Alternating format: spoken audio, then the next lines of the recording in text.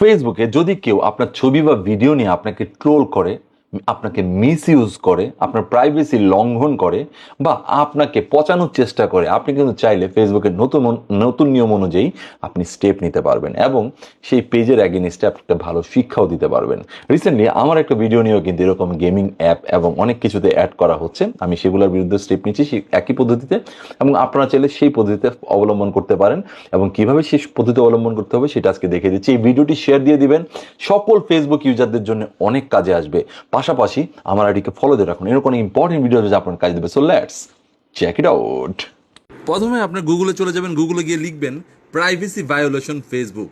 So দেখুন যে প্রথম যে রিপোর্টটা আসবে, রিপোর্ট প্রাইভেসি ভায়োলেশন, সেখানে ক্লিক করবেন এই লিঙ্কে। ক্লিক করার পরে দেখুন এখানে সিলেক্ট করবেন আপনার ফটো কিংবা ভিডিও নাকি আদার। আমি ভিডিও সিলেক্ট করে দিচ্ছি। এরপরে দেখুন আপনি কোন দেশে থাকেন, ইউএসএ নাকি ইউএসএর বাইরে, আমি আউটসাইড ইউএসএ লিখে দিলাম। এরপর আমার কাছে লিঙ্ক থাকলে লিঙ্ক ক্লিক করে দিন। এরপরে দেখুন আমার প্রাইভেসি হ্যাম্পার হচ্ছে, সেটাতে ক্লিক করে দিলাম এবং যেই লিঙ্কটা আছে সেই লিঙ্কটা এখানে শেয়ার করে দিবেন।